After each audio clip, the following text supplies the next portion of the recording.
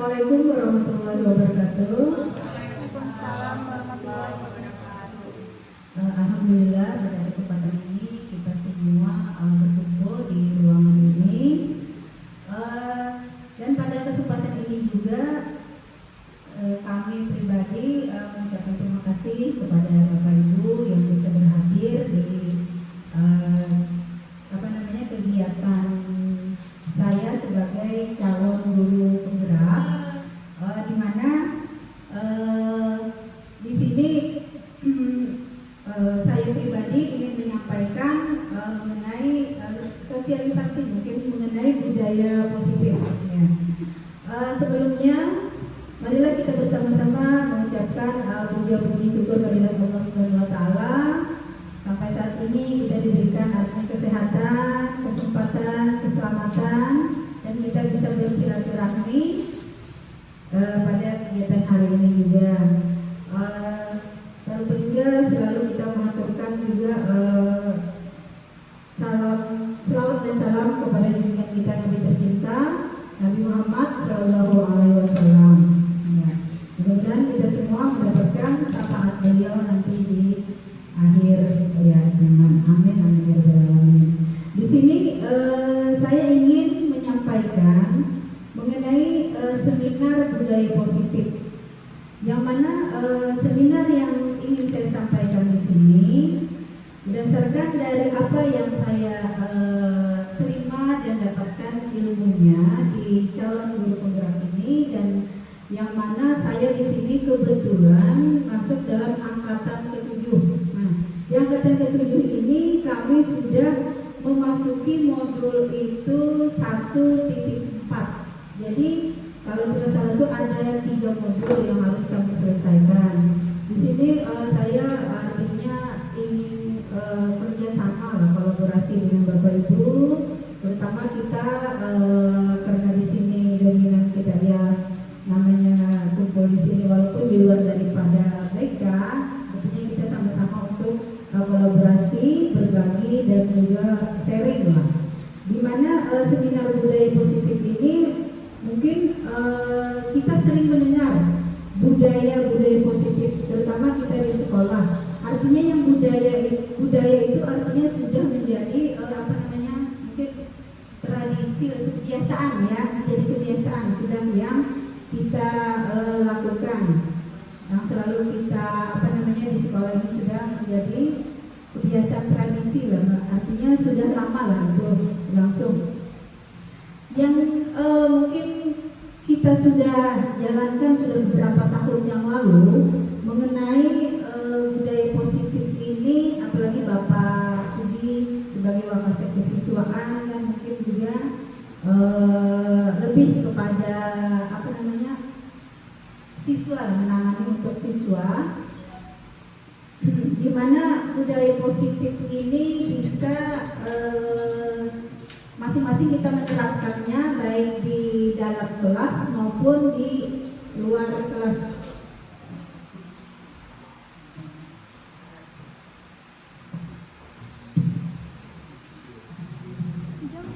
Ya, kita teruskan kembali, Bapak Ibu. Di sini kita di sekolah kita di SMK Negeri 3 ini sudah melakukan kebiasaan, artinya budaya positif ini, dan juga kita sudah menerapkannya ya Pak ya, yang 5S itu ya Pak ya. Apa itu Bu Halimah, 5S Bu Halimah? 5S.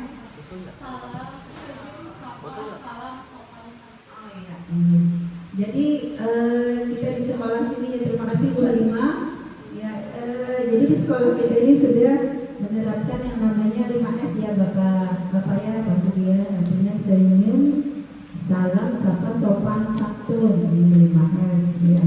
Jadi 5S ini sudah diterapkan itu pada sudah lama ya Pak ya, kita ambil ya. Dan yang masuk budaya itu lagi Pak, yang positif itu membuang sampah pada tempatnya itu juga ya Pak ya, membuang sampah pada tempatnya juga itu masuk kita budaya positif. Memang kita sebagai pengajar di kelas itu sudah sudah melakukan itu sudah lama, mungkin tidak hanya di kelas tapi di daerah lingkungan kita sekitar juga ya, mungkin kita sudah melakukan hal itu. Seperti misalkan kita kalau melihat anak-anak itu kan dia pada saat makan ada sampah mungkin bekas plastik atau apanya, kita pasti menegur ya kan, taruh dibuang ke tempat sampah. Itu merupakan budaya positif juga. Satu orang A dan B, dua orang saja. Ya. Siapa yang A, siapa yang B? Ya, B. Ya. Berarti siapa yang megang yang A, siapa? Oh, Halimah A, coba ya. Halimah, misalkan menuliskan sesuatu di situ. Ya, misalkan apa? Tuliskan yang paling berharga apa? Ya, di sini. Iya. Apalagi kan ditutup tulisannya itu, mau tulisan ditutup. Jadi ini kan B ini yang melihat ini, ya. Nah, yang melihat ini. Iya.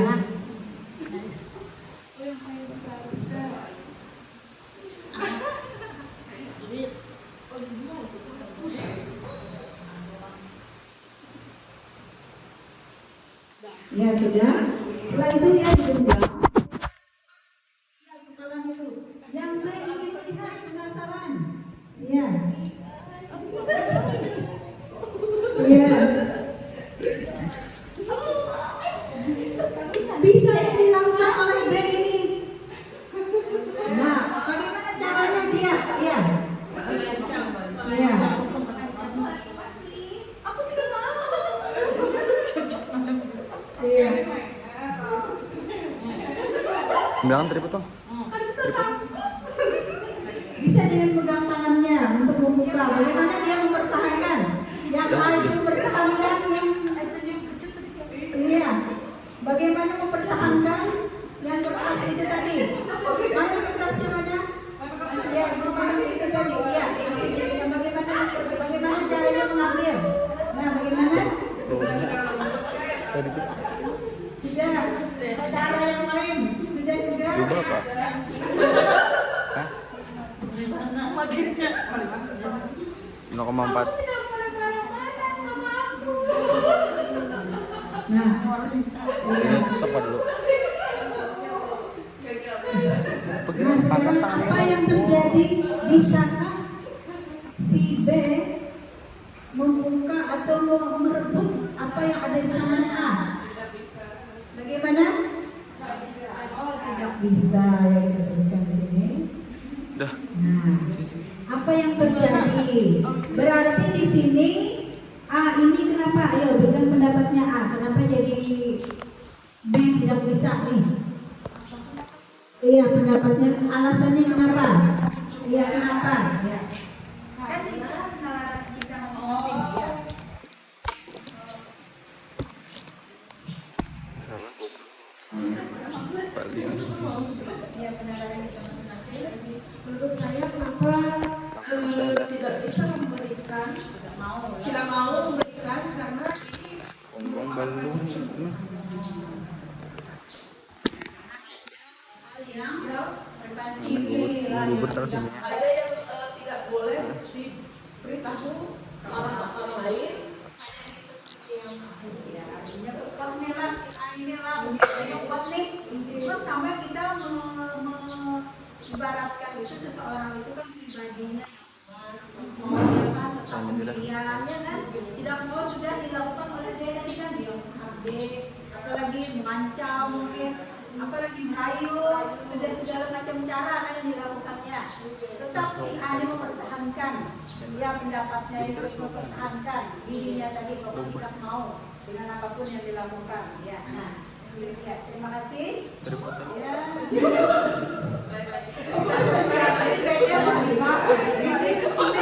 bukan yang tadi yang bukan yang kertas yang di ya di kepala tangan itu tadi ya. Sekarang siapa yang sesungguhnya memiliki kontrol? Siapa yang sesungguhnya memiliki kontrol tadi? Nah, si A. Jadi si A ini yang memiliki kontrol. Bahwa dia tidak mau dirayu, pokoknya ya, artinya dia mempunyai pendirian tadi ya. Iya, karena si A yang mulai kontrol. Kenapa? Apa yang muncul nih?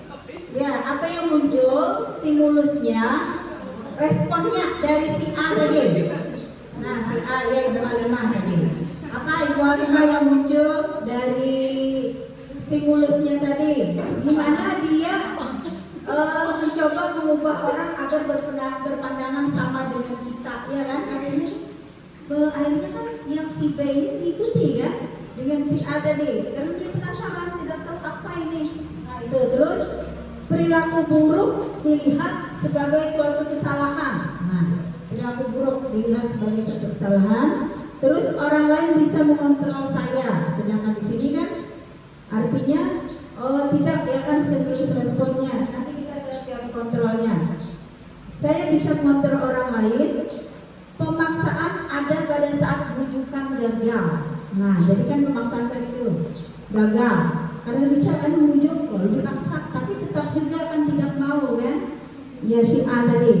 Modal berpikirnya di sini apa? Ada yang benar, ada yang salah, ya kan? A dan B tadi. Terus teori kontrolnya bagaimana seharusnya? Di sini kita berusaha memahami pandangan orang lain tentang dunia. Artinya si B ini harus memahami dia si A ini juga mempunyai artinya apa namanya prinsip, mungkin mempunyai namanya pendirian dia. Jadi kita harus mempunyai pandangan bahwa kita itu tidak bisa apa yang memaksakan seperti itu ya. Artinya pandangan orang itu berbeda-beda dan semua perilaku itu memiliki tujuan. Kita yang kumpul di sini pun berpikir ini pun tadi hadir di sini pun mungkin ada pertanyaan ya kan? Apa nih yang disampaikan ini? Apa materinya? Budaya positif. Ternyata budaya positif itu apa saja yang disampaikan ya kan? Apa saja sih isinya budaya positif? Masing-masing punya pemikiran masing-masing ya kan? Tadi itu apa sih yang disampaikan isi daripada budaya positif? Nah sudah kita teruskan kembali. Anda tidak bisa mengontrol orang lain, ya. Terus kolaborasi dan konsensus menciptakan pilihan-pilihan baru, memang benar ya. Kolaborasi itu membuka pikiran kita, wawasan kita. Model berpikir di sini jadi sama. Jadi sini tidak ada yang dikalahkan, sama-sama menang. Jadi tidak ada dirugikan di sini. Ya kita teruskan kembali. Nah di sini makna disiplin ya tadi. Disiplin. Disiplin di sini berasal dari bahasa Latin yaitu disciplina yang artinya belajar.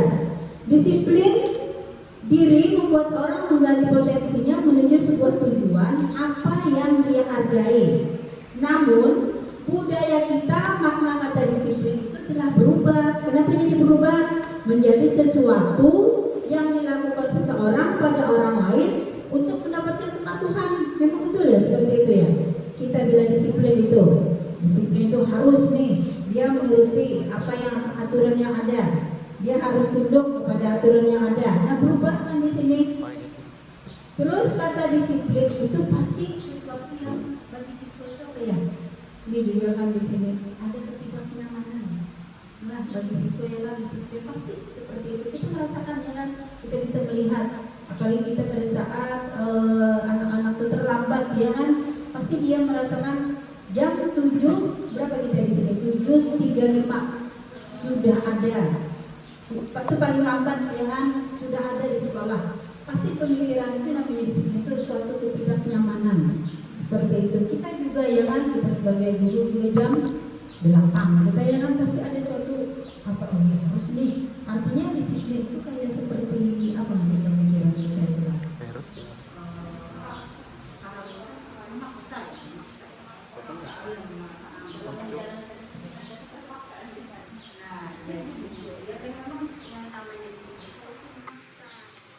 Itu ya. Kita teruskan kembali.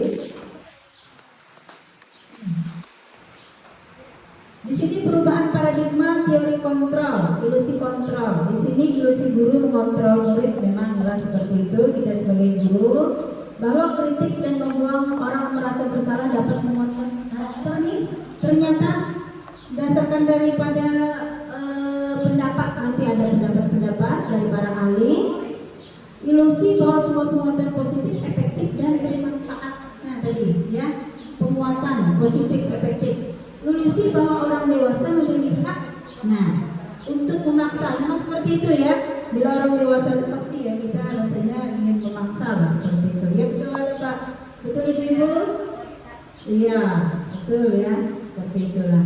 Nah di sini dijelaskan dari teori Dr. William Glasser menyampaikan disiplin positif. Disiplin positif ini apa namanya? Disampaikannya bahwa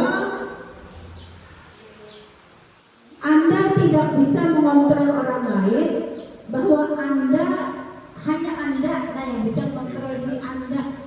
Ini menurut pendapat dari Dr. William Glasser. Jadi kita tidak bisa mengontrol orang lain, tapi kita harus yang namanya mengontrol diri kita sendiri. Semua perilaku memiliki tujuan, ya, model berpikir menang-menang, kolaborasi dan konsensus seperti itu, menciptakan pilihan-pilihan baru. Ya, realitas atau kebutuhan, kita berusaha memahami pandangan orang lain tentang dunia. Setiap orang memiliki gambaran berbeda. Memang ya, setiap orang memiliki gambaran berbeda. Ya, diteruskan. Adapun nilai-nilai kebajikan universal, nilai-nilai kebajikannya adalah sifat-sifat positif. Itu merupakan tujuan mulia yang ingin dicapai setiap individu.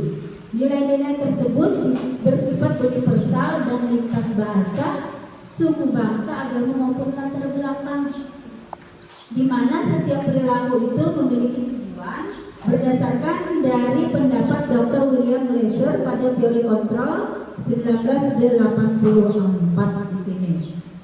Terus motivasi dari dalam untuk dapat mencapai tujuan mulia yang diinginkan. Jadi di sini ada nilai-nilai kebajikan yang diyakini seseorang, yang mana maka positif intrinsik itu akan terbangun. Nah, jadi di sini positif intrinsik itu berarti dari dalam terbangun, sehingga menggerakkan motivasi kita dari dalam untuk tadi mencapai tujuan mulia yang diinginkan. Di sini juga nilai-nilai kebajikan setiap anak Indonesia itu yang kita kenal dengan profil pelajar Pancasila. Ada berapa profil pelajar Pancasila kita di sini? Ada 5 ya? Nah, ada 6 lah profil pelajar Pancasila. Kita laksanakan setiap minggu ya. Iya, dimensinya yang ada 6 dimensi dari profil pelajar Pancasila. Jadi di sini untuk menguatkan artinya nilai-nilai kebajikan setiap anak itu memang di profil pelajar Pancasila ini sesuai dengan kurikulum kita Merdeka ini tadi. Ya, kurikulum Merdeka bahwa di profil pelajar Pancasila itulah penguatan karakter anak ya. Sudah berapa tahun kita jalan di sini Bu Alim? 2 tahun jalan 2 ya? 2 tahun ya. Ya. Di sini ada yang namanya beriman bertakwa kepada Tuhan Yang Maha Esa dan berakhlak mulia. Ya, terus mandiri, bernalar kritis, ya, berkebenekaan global, bergotong royong dan kreatif. Jadi semuanya sudah kita memang laksanakan jalan ini sudah jalan 2 inilah 2 tahun ya. Artinya ini dengan tim-timnya, pembimbingnya, artinya dengan panitianya yang hebat-hebat ya.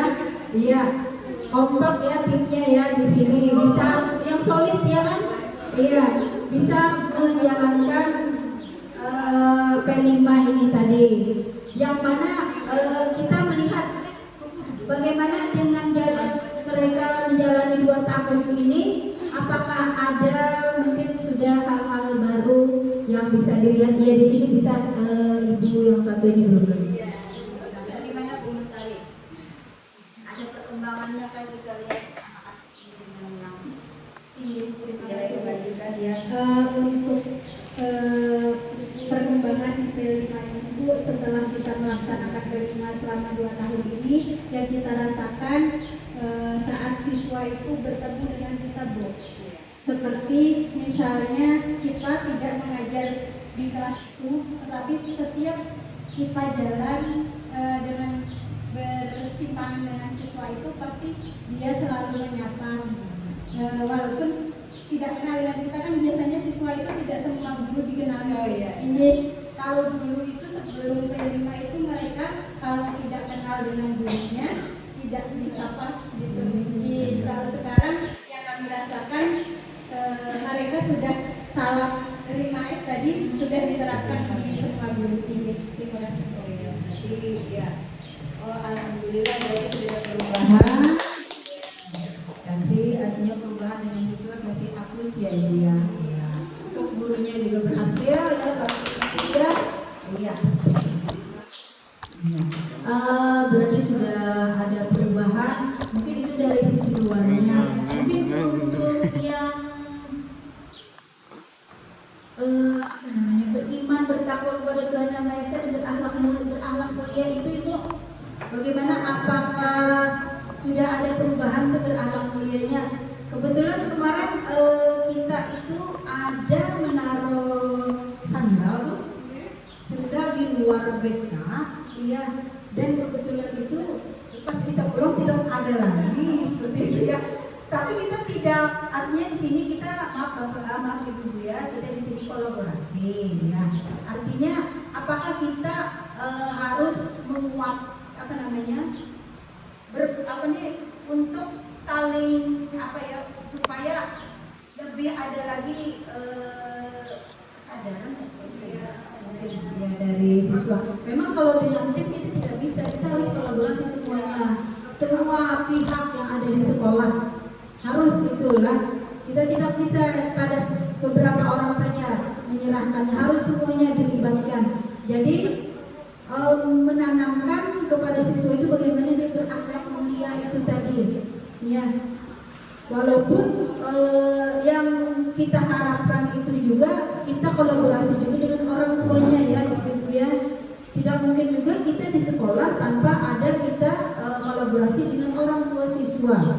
Itu sangat penting sekali karena kita sekolah ini pasti mengajarkan yang baik ya untuk siswanya, mendidik kita kan untuk yang baik.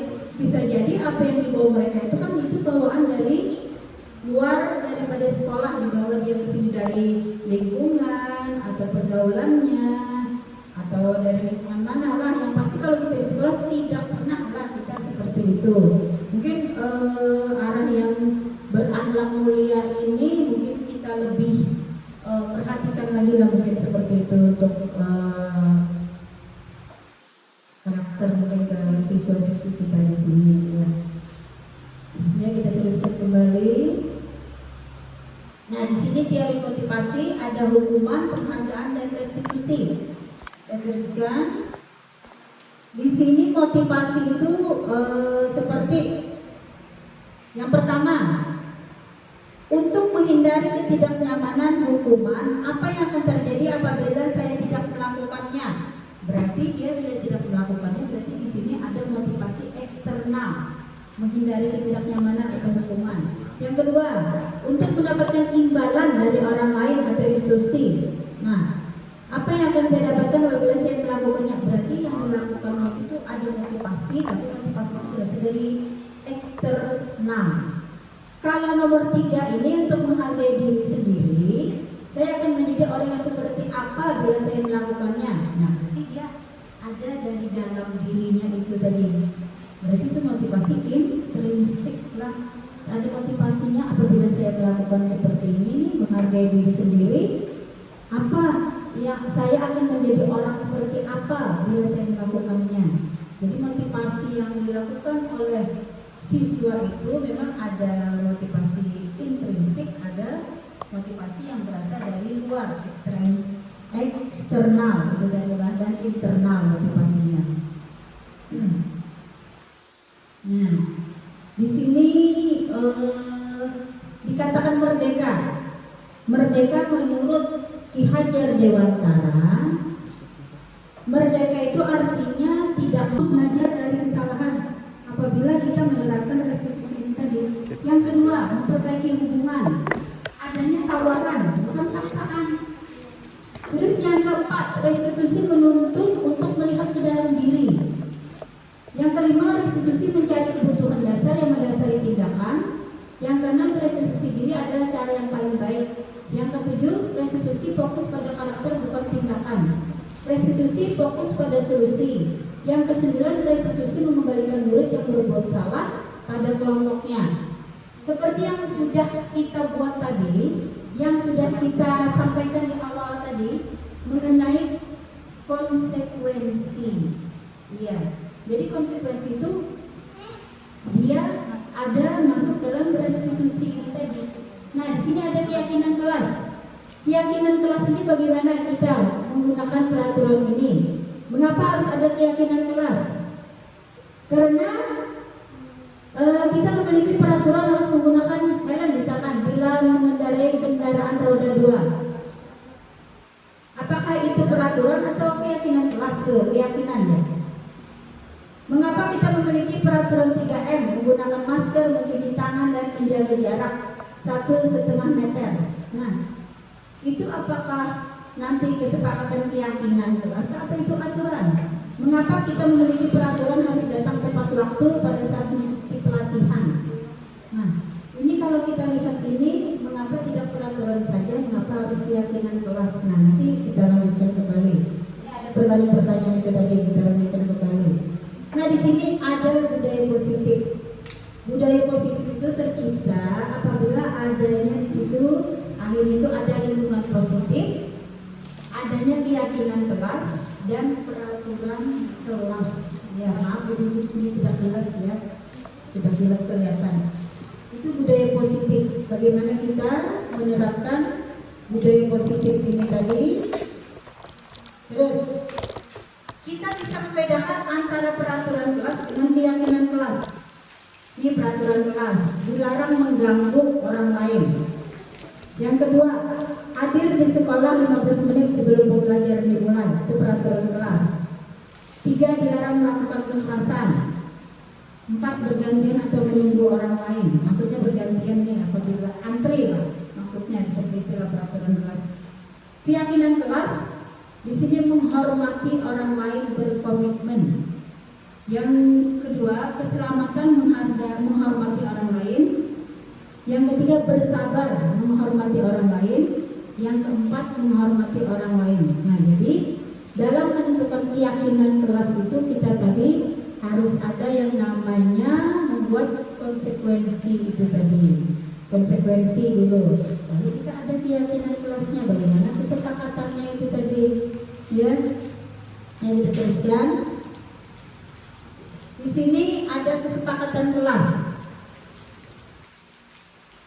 Nah, kesepakatan kelas yang kita bahas tadi mengenai saya membuang sampah pada tempatnya. Jadi bisa kita tempel, mungkin kita buat dari karton kesepakatan kelas ini tadi. Apa yang disepakati di kelas? Misalkan membuang sampah pada tempatnya. Saya menghormati semua orang dan barang miliknya. Saya berbicara dengan sopan dan jujur. Saya berpakaian rapi sesuai dengan aturan kelas. Di sini ada juga prinsip lah, kalau kita tambahkan bisa di kelas itu. Prinsip atau nilai kelas. Nah, di sini yang namanya manusia itu ada 5 kebutuhan dasar manusia. Kasih sayang dan rasa diterima, itulah kebutuhan dasar manusia. Kesenangan, penguasaan, adanya kebebasan, dan adanya bertahan hidup. Itu 5 kebutuhan kita dasar manusia. Mari kita teruskan. Nah, di sini ada 5 posisi kontrol. 5 posisi kontrol guru itu yang pertama sebagai penghukum. Nah, guru itu sebagai penghukum. Yang kedua, pembuat orang merasa bersalah. Yang ketiga, sebagai teman. Yang keempat, sebagai pemantau. Dan yang kelima itu sebagai manajer. Nah, di antara 5 ini yang mana yang biasanya kita pakai sebagai pendidik? Penghukum kah? Sebagai pembuat orang merasa bersalah kah? Sebagai teman kah? Pemantau atau manajer? Nah, kalau di sini penghukum nih, dikatakan penghukum itu seperti ini, menghardik, menunjuk-nunjuk, menyakiti, menyindir, itu guru sebagai penghukum. Misal, guru berkata, kalau kamu tidak melakukannya, awas ya, rasakan nanti kamu. Nah, itu namanya penghukum gurunya ya. Terus hasilnya apa yang kita dapatkan? Siswa itu malah memberontak, menyalahkan orang lain akhirnya. Nah, hasilnya. Terus di sini membuat orang merasa bersalah. Misalkan berceramah dan mengatakan seharusnya, atau membuat orang itu merasa bersalah, ibu kecewa dengan apa yang kamu lakukan ini. Nah, itu berarti kita membuat siswa itu merasa bersalah dengan kita. Coba kamu rubah bang, ibu sudah mempertahankan kamu untuk naik kelas, tapi kamu tidak berubah juga. Nah, itu merupakan posisi kontrol pembuat rasa bersalah. Yang ketiga, sebagai teman. Nah, guru dia sebagai teman dengan siswanya. Misalkan, ayolah lakukan demi ibu. Nah, itu sebagai teman untuk posisi kita. Masa kamu tidak mau? Ingat, tidak, ibu pernah bantu kamu. Nah, itu berarti sebagai teman posisi kita. Sebagai pemantau, contohnya menghitung dan mengukur. Misalkan apa peraturannya? Nah, berarti menanyakan ke siswa. Kita memantau apa peraturannya. Nah, seperti itulah. Menyesuaikan diri bila diawasi. Nah, tapi kalau posisi kita sebagai manajer di sini, berarti posisi kita sebagai manajer mengajukan pertanyaan-pertanyaan. Guru berbuat mengajukan pertanyaan-pertanyaan. Di sini guru berkata, apa yang kita yakini, apa yang bisa kamu kerjakan untuk memperbaiki masalah ini. Itu posisi guru itu sebagai manajer. Terus hasilnya dengan posisi sebagai manajer ini menguatkan pribadinya. Terus murid meletakkan dirinya sebagai individu yang positif dalam dunia berkualitas. Nah, jadi yang 5 posisi ini yang paling baik itu yang mana yang kita gunakan? Yang posisi yang mana? Manajer. Iya. Jadi kita hanya sebagai manajer. Artinya kita menanyakan kepada siswa, apa yang telah kamu lakukan, apa yang kamu rasakan dengan perbuatan kamu ini.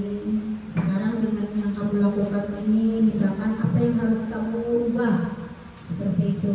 Nah, jadi posisi manajer ya, ibu ya, yang artinya yang paling bagus posisi kontrolnya di sini. Nah, nih contohnya, saya kecewa dengan kamu. Ini membuat rasa bersalah nih. Kamu tidak pernah benar melakukannya. Berarti guru sebagai penghukum. Malah lari kita sebagai penghukum.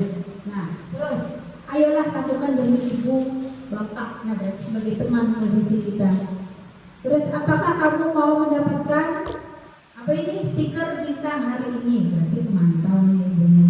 Mau tidak mendapatkan stiker kebaikan, kebajikan.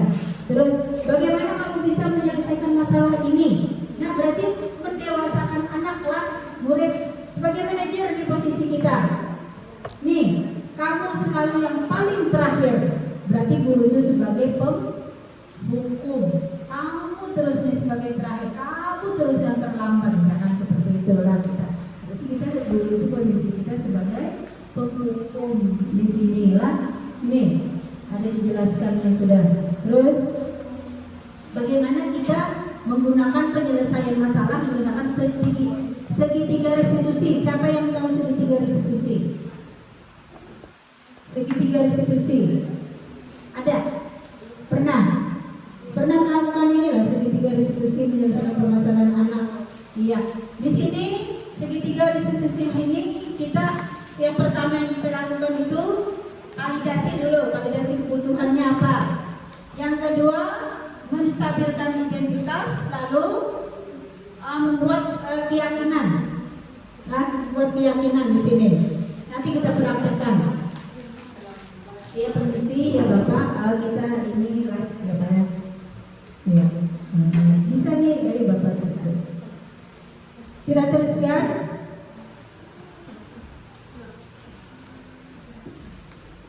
Untuk membuat anak yang merasa gagal karena berbuat salah menjadi positif terhadap dirinya. Di sini ada menstabilkan identitas. Ini ada dicontohkannya. Guru berkata, kita sebagai guru itu tidak boleh yang namanya menghardik ya. Apalagi mengatakan kamu salah nih dengan anak. Tapi kita di sini menyampaikan apabila anak itu berbuat salah, artinya kita bisa memberikan masukan dengan anak itu. Ya memang anak yang namanya manusia itu pasti kita pernah melakukan kesalahan. Jadi anak itu mau terbuka dengan permasalahannya mungkin seperti itu. Jadi kita jangan langsung dengan kata-kata yang menghukum lah untuk anak-anaknya. Nah, kita sudah tahu apa yang dilakukan anak ini di validasi kebutuhannya. Guru bisa berkata, kamu bisa saja kan melakukan hal yang lebih buruk, tapi kamu tidak melakukannya kan.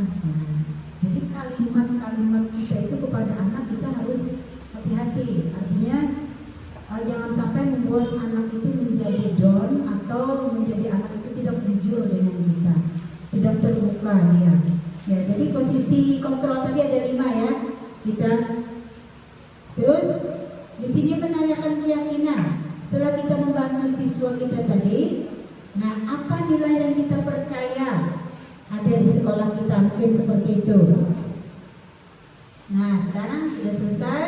Di sini mungkin ada yang didiskusikan, ada berdiskusi mengenai budaya positif ini.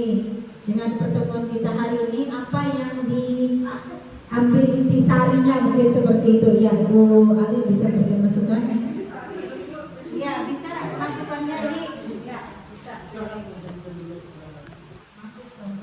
Iya, bagaimana dengan penerapannya mungkin di sekolah kita untuk budaya positif ini harus apa? Mungkin harus kita benahi, mungkin harus diperbaiki. Apa yang dia sampaikan hari ini sangat menambah wawasan kami, Bu, menambah ilmu kami sebagai guru BK, yang dimana sebagai peran guru itu memang harus jadi manajer ya kan, jadi memberi sikap positif 5S tadi yang mungkin semua yang dia sampaikan sangat bermanfaat untuk kami sebagai guru BK ke depannya, yang terutama umum secara pribadi yang masih kurang sempurna, Bu. Mungkin belum masih sebagai guru BK yang ada teman sebagai pembuku, mungkin orang sebagai teman-teman, tapi yang ternyata yang terbaik tadi manajer, apalagi yang segitiga apa tadi Bu? Nah, mungkin bisa ya ilmu lah yang baru buat kami yang sebelumnya kami tidak tahu. Dengan adanya pilihan presentasi di sini yang menyampaikan di sini, alhamdulillah wawasan kami akan bertambah, Bu. Terima kasih banyak. Oke, alhamdulillah. Selanjutnya pada kita persilakan untuk tanggapannya atau iya.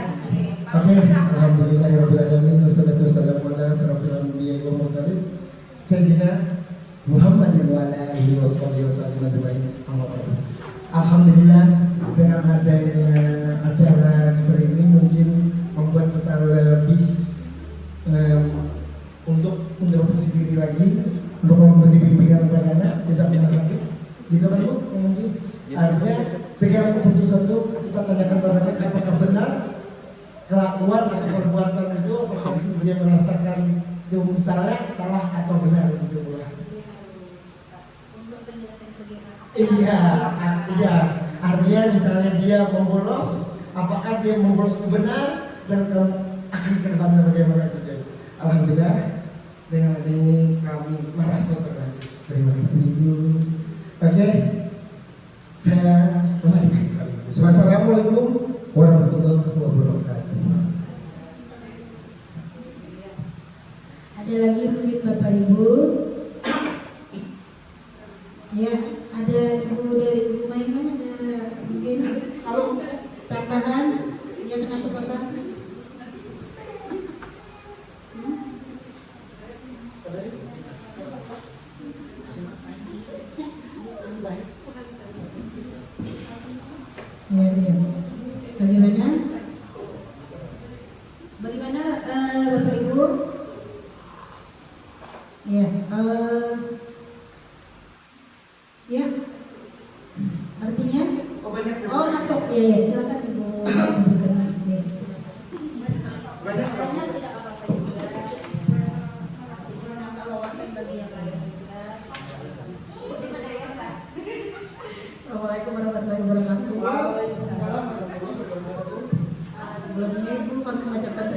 kasih atas materi yang diberikan pada hari ini yang cukup menggali kembali lah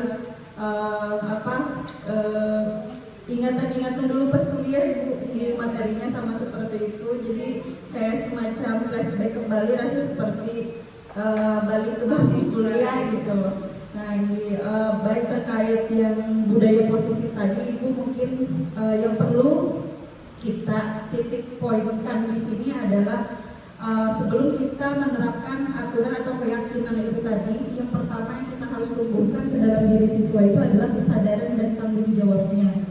Itu Bu yang perlu dititik beratkan, yang perlu kita kita gali lagi, kita olah lagi kesadarannya, kita latih lagi tanggung jawabnya seperti apa. Karena bagaimanapun Bu, peraturan yang ada di sekolah, kalau misalkan siswa dan warga sekolahnya itu tidak memiliki kesadaran dan tanggung jawab, maka aturan itu tadi akan semata-mata cuma dijadikan sekedar aturan-aturan yang sifatnya itu pemaksaan seperti itu Bu. Ini contohnya aja kayak misalkan kita pakai helm, ya pakai helm. Kalau misalkan kita alasan kita pakai helm itu cuma tidak untuk ditilang, mungkin masih banyak yang melanggar untuk kita pakai helm. Tapi kalau misalkan kita pikirkan kembali lebih jauh, lebih dalam, kenapa sih harus kita pakai helm? Supaya kita di jalan supaya tidak terjadi apa-apa, kita tetap aman. Nah seperti itu kita tumbuhkan dulu keyakinan yang ada di dalam diri kita, baru nanti peraturan itu dijalankan. Seperti itu sih kalau dari lo. Terima kasih. Assalamualaikum warahmatullahi wabarakatuh.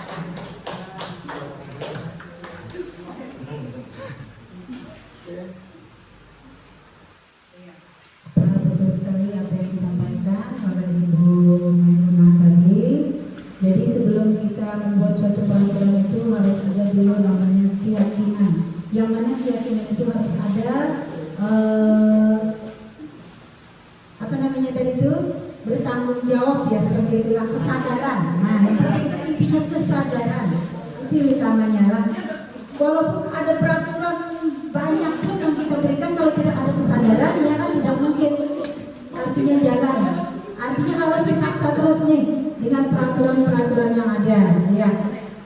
Mungkin sampai di sini dulu yang bisa saya sampaikan sebagai pemateri kita hari ini mengenai budaya positif, terutama di sekolah kita di SMK Negeri 3 Banjarmasin ini.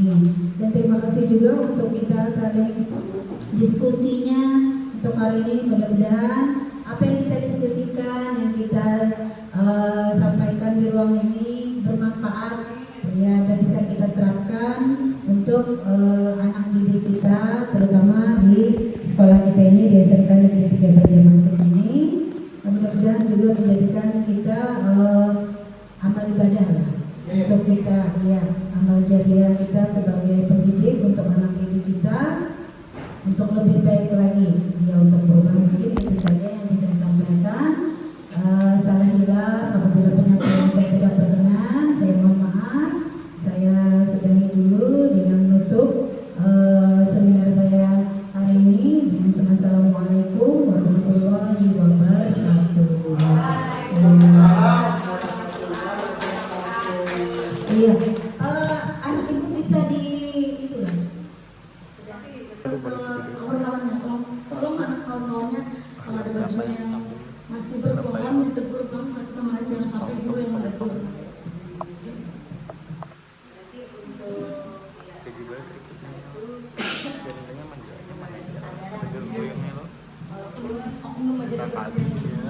Iya, walaupun kita masih mengingatkan dengan anak-anak kita, memang saya pribadi juga di kelas itu bila ada anak-anak itu yang masih mungkin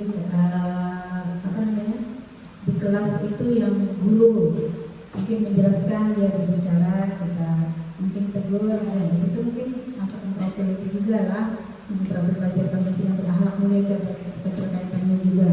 Jadi dia harus mandiri lah, seperti itulah, bisa untuk mengontrol dirinya bahwa dia sudah menjadi seseorang yang artinya ini merdeka tadi, menurut Ki Hajar Dewantara itu tadi, tidak hanya terlepas dari perintah, tetapi juga cakap buat memerintah dirinya sendiri ya. Kita teruskan kembali. Nah, di sini ada dihukum oleh penghargaan. Nah, apakah penghargaan itu menurunkan kualitas? Apakah penghargaan itu menurunkan kreativitas? Dan apakah penghargaan itu mengurangi motivasi intrinsik? Iya. Ada yang bisa memberikan namanya masukan, memberikan pendapat? Siapa lagi? Dia memberikan masukan. Apa setuju?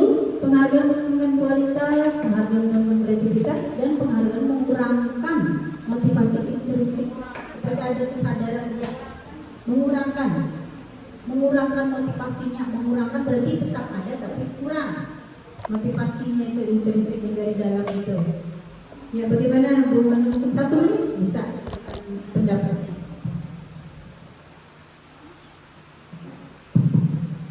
Kalau menurut Ulus itu penghargaan itu lebih meningkatkan sih Bu motivasi ya. Kalau menurut Ulus pribadi, karena ketika kita kan melakukan sesuatu, kemudian kita diberikan imbalan yang menurut kita wah ini nih ketika aku melakukannya aku dapat ini, itu kan berarti muncul nih motivasi dari dalam diri, dari intrinsik itu diri kita sendiri ya kan Bu ya. Nah mungkin sih menurut Ulus seperti itu Bu, karena apapun kita dalam melakukan sesuatu pasti ada tujuan yang ingin kita capai atau yang kita raih seperti itu. Nah tapi tujuan itu tadi kembali lagi berbeda-beda setiap individunya. Kalau misalkan dia melakukan sesuatu kemudian diberikan penghargaan, kalau menurut Ulun sih itu akan lebih meningkatkan motivasi Bu dari dalam dirinya.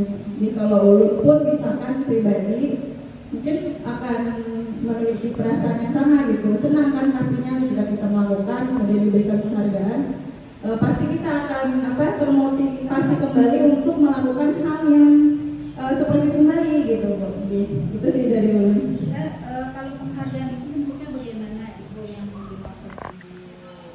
Misalkan bisa dalam bentuk pujian atau misal nilai, misalkan reward. Yang mungkin lebih bisa memotivasinya itu apakah berupa benda atau yang reward, yang nilai atau memberikan pujian kan? Sudah Ibu yang dilakukan yang dilihat tidak ada perubahan, maksudnya termotivasi terus nih anaknya itu.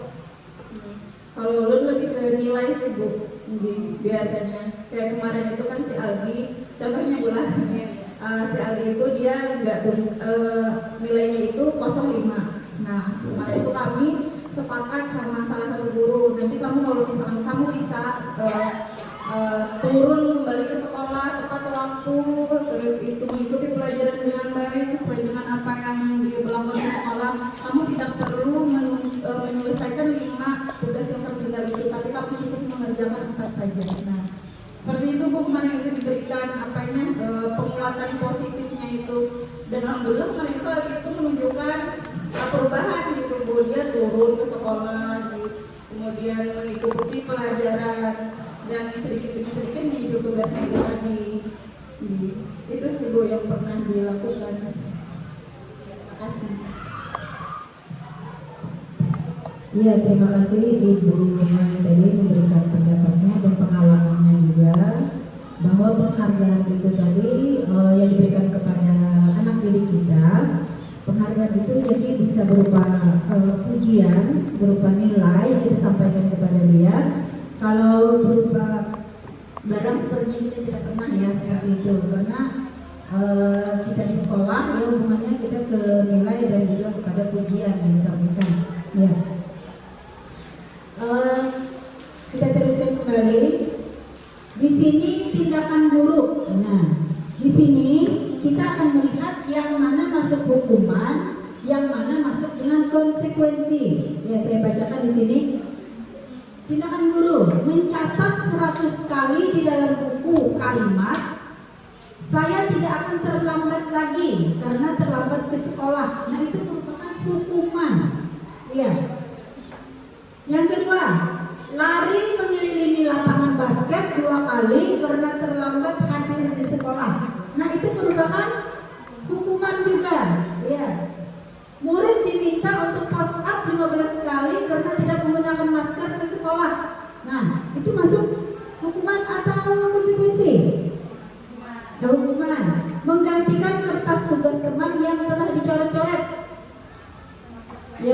konsekuensi ya. Membersihkan tumpahan air di meja tulis karena tersenggol pada saat belajar.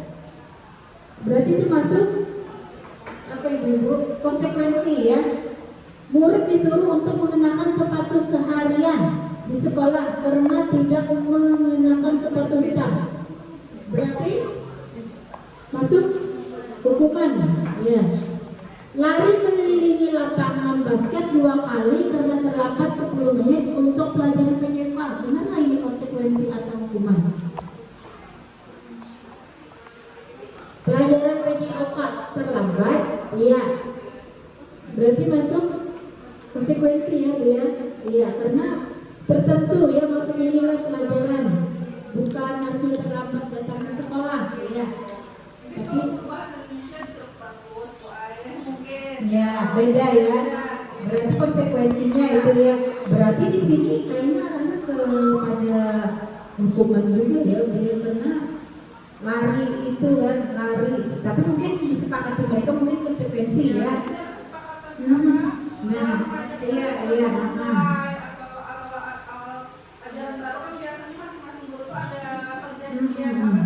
Iya, kesepakatan kelas itulah. Iya. Mungkin ada, ya. Tapi kalau kita di sini seperti tidak ada inilah. Ini mungkin contoh aja kita ambil. Tidak ada kan yang seperti ini lagi mungkin karena konsekuensi itu tadi ya. Kesepakatan biasanya di awal. Nah di sini kita mau tahu nih apa beda hukuman dengan konsekuensi. Hukuman sesuatu yang menyakitkan, nah harus terjadi itu hukuman. Membuat anak sakit, nah fisik maupun hati untuk jangka waktu lama, nah, itu masuk hukuman. Yang ketiga, anak membenci kedisiplinan, itu hukuman juga. Paksaan di sini itu hukuman juga. Tadi kan hukum itu kan memaksa, ya. Mendorong anak menyakiti diri sendiri, nah itu masuk hukuman juga. Konsep diri yang buruk, anak belajar untuk menyembunyikan kesalahan. Marah, rasa bersalah, dipermalukan, merasa tak dihargai, itu merupakan hukuman. Konsekuensi, sesuatu yang harus terjadi, sesuatu itu harus terjadi. Membuat anak merasa tidak nyaman dalam jangka waktu pendek, berarti berbeda lah dengan hukuman tadi lah. Kalau hukuman ini sepertinya jangka waktunya lama. Kalau hukuman, anak menghargai disiplin. Kalau di hukuman tadi anak membenci disiplin lah. Stimulus atau tanggapan, mendorong anak agar mudah menyesuaikan diri. Konsep diri yang baik, anak belajar untuk mematuhi peraturan. Kehilangan hak, dibuat tidak nyaman, diasingkan untuk sementara, nah atau time out. Nah, sekarang dengan melihat perbedaan hukuman dan konsekuensi ini tadi, bagaimana pendapatnya? Pendapat Bapak, pendapat Ibu, bagaimana pendapatnya melihat daripada perbedaan hukuman dan konsekuensi? Ya, bagaimana pendapatnya? Ya, siapa bisa memberikan pendapatnya mengenai hukuman dan konsekuensi? Ya. Kalau konsekuensi itu kan misalnya Ibu bisa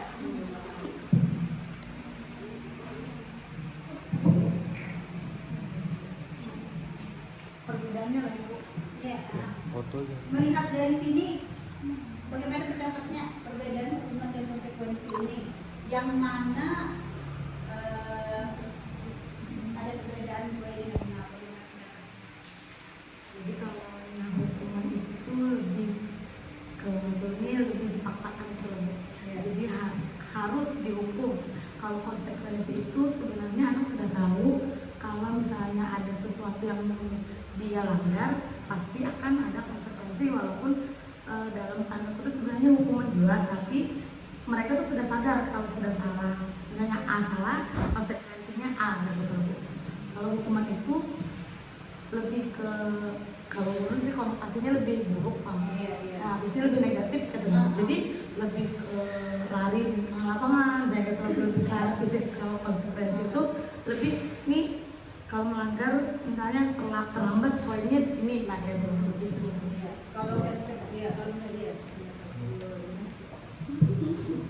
kalau menurut ulunku perbedaannya itu antara konsekuensi sama hukuman tadi. Kalau konsekuensi itu lebih bertujuan Bu, lebih jelas dan lebih terarah maunya siswa ini diapakan gitu kan.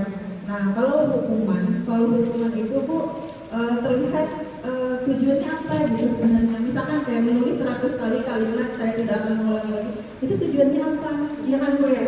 Tidak ada nilai atau manfaat yang bisa diambil oleh siswa itu sendiri. Nah, beda dengan konsekuensi tadi, mungkin lebih kepada memberikan nilai kebermanfaatan untuk siswa itu Bu. Itu sih kalau dari mungkin yang lain ada tambahan. Gimana yang lain sependapat? Sepertinya sependapat ya.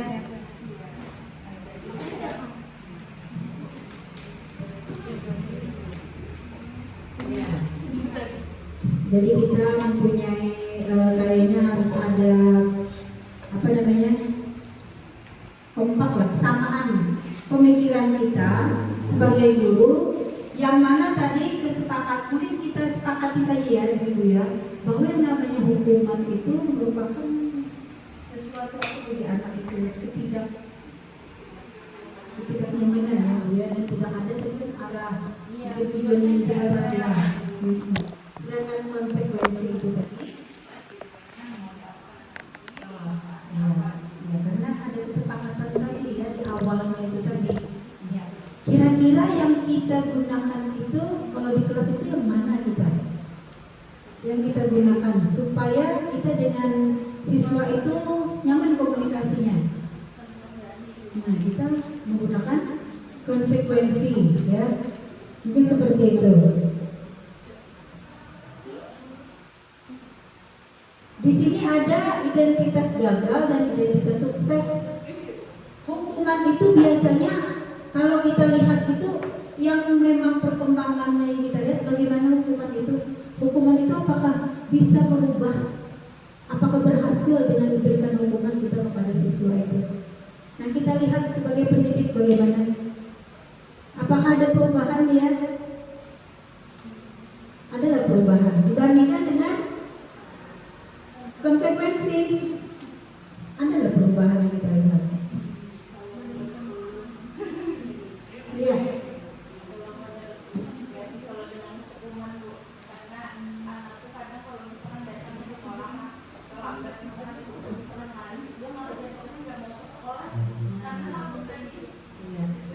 Oh iya.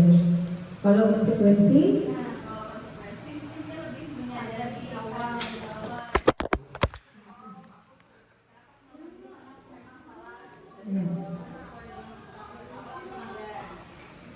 oh iya, terus kembali. Nah, restitusi tadi kan masuk ada restitusi di konsekuensi tadi. Restitusi ini adalah proses menciptakan kondisi bagi murid untuk memperbaiki kesalahan mereka sehingga mereka bisa kembali pada kelompok mereka dengan karakter yang lebih kuat. Restitusi tadi, restitusi juga merupakan proses kolaboratif yang berbeda-beda.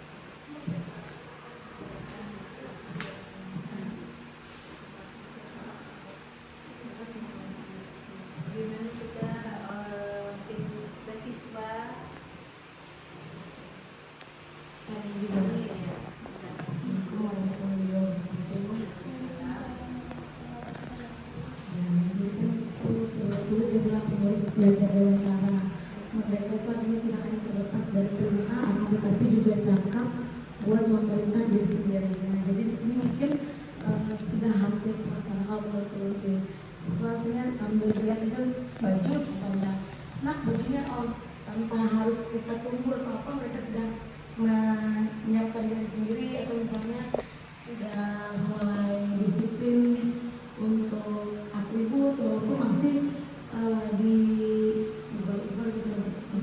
masih belum lagi maksimal ya, mungkin seperti itu ya, tapi sudah mulai terlihat secara umumnya mereka sudah mulai apa ya, bahwa ternyata atribut belum lengkap, hanya baju dan celana. Ya. Berarti sudah mungkin hampir berapa persen sudah ya Bu ya? Terus kan? Kalau keseluruhan sudah 70% mungkin ya. wabarakatuh.